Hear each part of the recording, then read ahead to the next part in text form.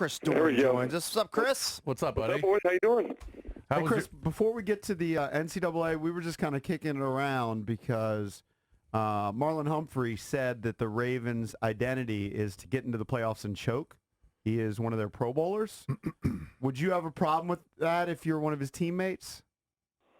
I wouldn't have a problem with that. I mean, facts are facts, right? I mean, it is what it is, and obviously I know he doesn't want to get into the playoffs and choke, but that's what we've seen from him after being a favorite probably to go to the Super Bowl, and the season that they've had really doesn't mean much when you get into the postseason and you lose your first time out.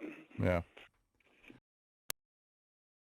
Lamar Jackson going forward. I mean, he's certainly improved as a quarterback from last year to this year, but there's some former players that say it's just not sustainable. Whether it's because he runs the ball too much, he's he could get injured, or he's just not a good enough passer. I thought he was very good this year. He's going to win the MVP. He got a lot better passing the ball this year, but maybe you think differently. No, I agree with you. I think it's the year one to year two is always interesting. Tape on you once they have an idea of what you can do and what your limitations are. Usually you see guys kind of level out, but I'm with you. I think they took that next step forward. He personally improved on his passing ability. Does he still have room for improvement? For sure. But I thought he did a nice job, and I thought he brought a lot of excitement to the National Football League at the quarterback level that we haven't seen from other guys in a long time. So let's get to this national championship game. Clemson, just tell us, were they tested at all this year?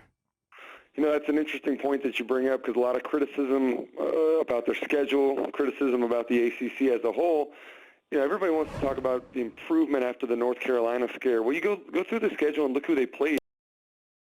There was a lot of quality talent on the other side of the ball in those games, and people say, yeah, but they won by 50, and Trevor Lawrence was out early, and they did what they had to do against the guys that were on their schedule, and I agree with that. But at the same time, I thought they were tested for the first time last time out against Ohio State. And I didn't think they necessarily passed the test really well. I mean, offensively, the passing game struggled at times. I think only 259 yards passing for Trevor Lawrence in that game. They didn't run the ball consistently. Runs they had were Trevor Lawrence called quarterback runs, whether it was a quarterback draw, quarterback counter, ran some zone read. But as a whole, they didn't necessarily do the things that we saw them doing in other parts of the season.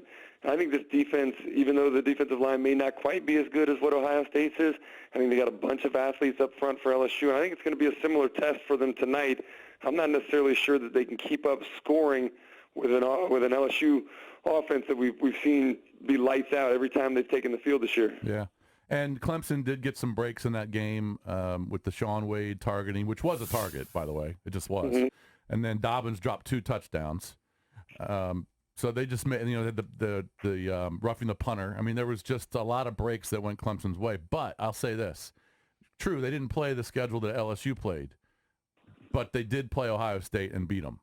They did, and that was a team that we thought might be a favorite to win the whole thing, when the season started, and definitely played really well. I mean, it was a fantastic football game, and something to be said for winning a game, finding a way to win when you don't play your best. But I think if you go back and look at it, and here's the thing that I think is the difference in my opinion, Ohio State played a ton of press man coverage, single high safety, and challenged Clemson's receivers to win down the field, and they couldn't do it. I mean, I'm a big fan of Justin Ross and T. Higgins, but they could not get off of press coverage. And those guys are 6'4" wide receivers like I am.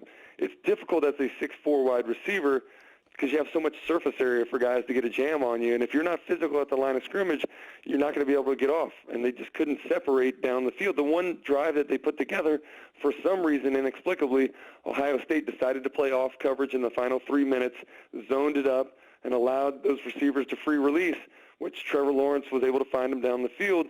But I'm telling you, I promise you that Stingley and Fulton will play press man all night long and give those Clemson wide receivers all they can handle.